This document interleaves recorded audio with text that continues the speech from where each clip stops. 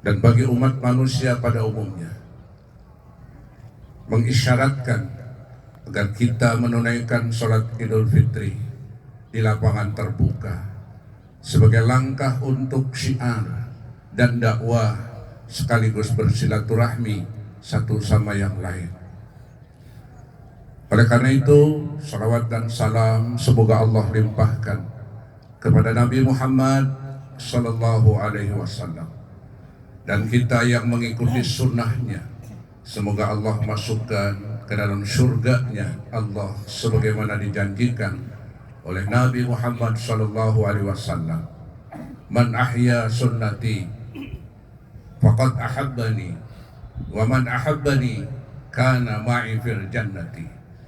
Barang siapa yang menghidupkan sunnahku, berarti dia mencintai aku, dan siapa yang mencintai aku maka pasti akan bersamaku di dalam surga.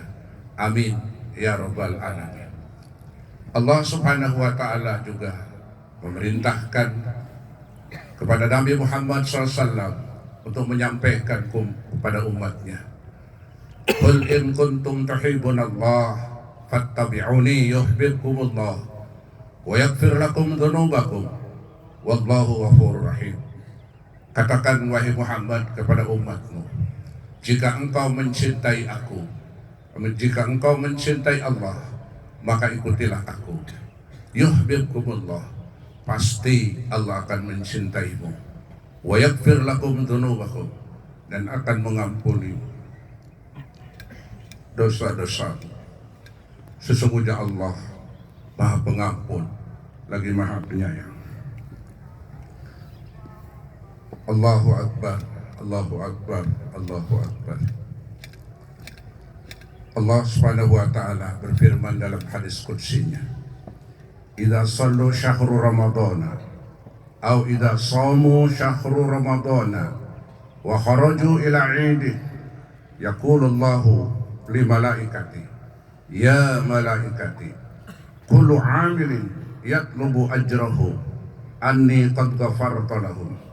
Fayunadi munadin, ya ummata Muhammad, irji'u ila manazilikum, qad badaltu sayiatikum hasanat. Fayaqulu Allah ta'ala, ya ibadi, sumtum li wa abtartum li, faqumu maghfuran lakum. Allah berfirman, apabila mereka berpuasa di bulan Ramadan, kemudian mereka keluar untuk merayakan Hari Raya Idul Fitri, kamu sekalian, maka Allah mengumandangkan, wahai malaikatku, setiap orang yang mengerjakan amal kebajikan dan meminta balasan, sesungguhnya aku telah mengampuni mereka. Kemudian seorang penyeru di atas aras berkata, wahai Muhammad, pulanglah. Wahai umat Muhammad, pulanglah ke tempat tinggal kalian.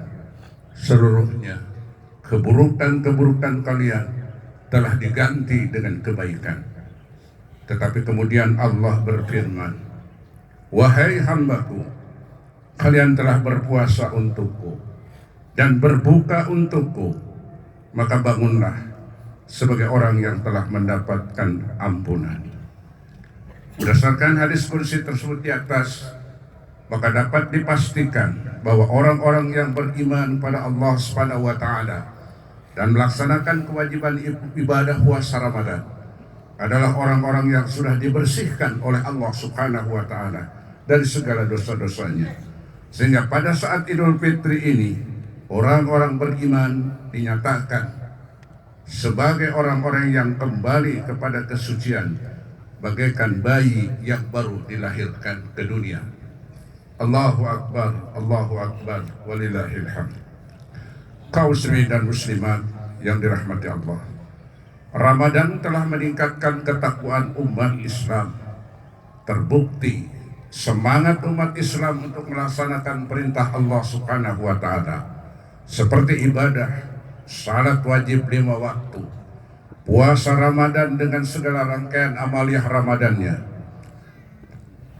seperti sholat tarawih berjamaah sebulan penuh, membaca Al-Quran atau tadarus Al-Quran, makan sahur, iktikaf di akhir Ramadan, menunaikan zakat mal dan zakat fitrah, infak, fidyah dan sedekah sebagaimana telah diumumkan tadi,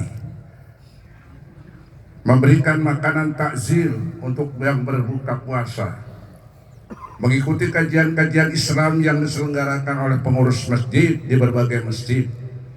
Semua itu dilakukan penuh ketulusan, tidak ada paksaan, tulus ikhlas yang didorong oleh keimanan kepada Allah Subhanahu wa Ta'ala, semata-mata mengharap ridho Allah Subhanahu wa Ta'ala.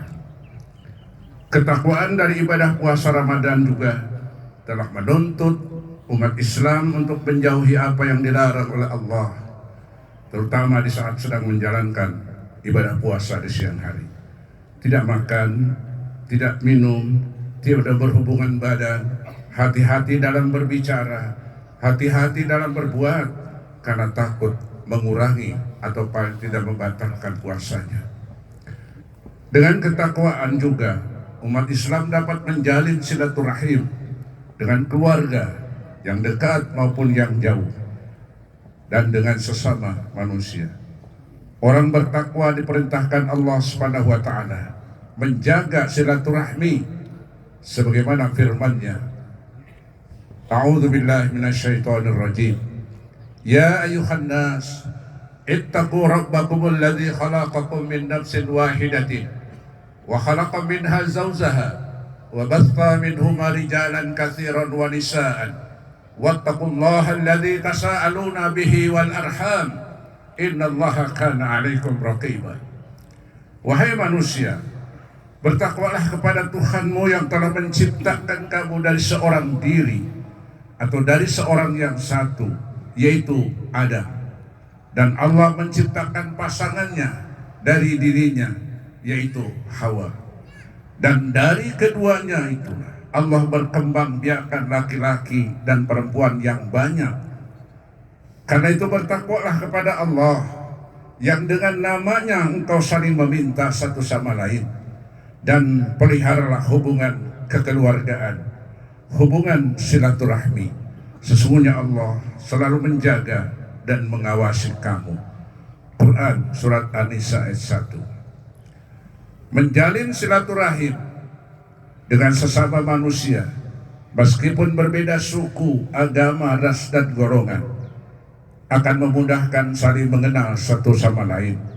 Dan saling mengenal melahirkan sikap memahami dan saling menyayangi, saling tolong menolong di dalam kebaikan dan ketakwaan. Allah Subhanahu wa Ta'ala berfirman, Ya ayuhan nas, inna akramakum indallahi atqakum, au inna khalaqnakum min dzakarin wa untha wa ja'alnakum syu'uban wa qabaila lita'arafu inna akramakum indallahi atqakum innallaha alimun khabir. Hai manusia, sesungguhnya kami telah menciptakan kamu dari seorang laki-laki dan seorang perempuan.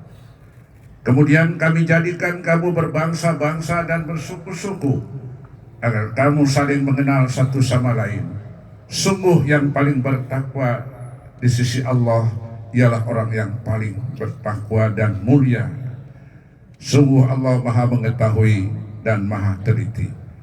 Bila tadi kita mendengar ada saudara kita di Myanmar, itulah manusia ciptaan Allah. Ketika menghadapi musibah, sudah sepantasnya kita bisa memberikan bantuan dan pertolongan sesuai dengan kemampuan kita dan sesuai dengan kebutuhan yang dibutuhkan oleh mereka.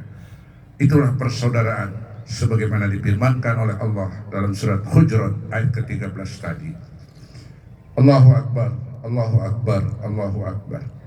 Dengan ketakwaan yang istiqomah dan dengan silaturahmi yang erat akan melahirkan persatuan dan kesatuan umat manusia yang pada akhirnya memperkokoh persatuan dan kesatuan bangsa. Negara dan bangsa yang dihuni oleh orang-orang beriman dan bertakwa serta erat menjalin silaturahmi akan mendatangkan keberkahan Allah Subhanahu wa Ta'ala, baik dari langit maupun dari bumi. sebagaimana firman Allah, walau anna ahlal qura amanu wattaqau lafatahna alaihim barakatin minas sama'i wal ard walakin kadzabu fa'akhadnahum bima kanu yaksibun. Dan sekiranya penduduk negeri beriman dan bertakwa, pasti kami akan melimpahkan kepada mereka berkah dari langit dan dari bumi. Tetapi apabila mereka mendustakan ayat-ayat kami, maka kami siksa mereka sesuai dengan apa yang telah mereka perbuat. Quran Surat Al-A'raf ayat ke-96. Oleh karenanya Allah Subhanahu wa Ta'ala memerintahkan kepada orang-orang yang beriman agar benar-benar bertakwa kepada Allah sesuai firman-Nya, ya ayyuhalladzina amanu taqullaha haqqa tuqatih wa la tamutunna illa wa antum muslimun. Wahai orang-orang beriman, bertakwalah dengan sesungguh-sungguhnya takwa kepada Allah. Dan oleh karena itu, jangan meninggalkan dunia ini kecuali dalam keadaan muslim. Sebagai imbalan atau balasan Allah kepada orang-orang bertakwa, Allah janji dalam firman-Nya, wa may yattaqillah yaj'al lahu makhrajan wa yarzuqhu min haitsu la yahtasib.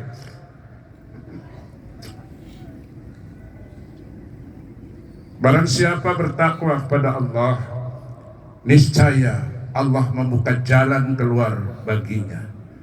Dan niscaya Allah memberikan rezeki dari arah yang tidak diperkirakan. Quran Surat At-Talaq ayat 2 dan 3. Wa may yattaqillah yaj'al lahu min amrihi yusran. Dzalika amrullahi anzalahu ilaikum. Wa may yattaqillah yukaffir anhu sayyi'atihi wa yu'adzimu lahu ajran.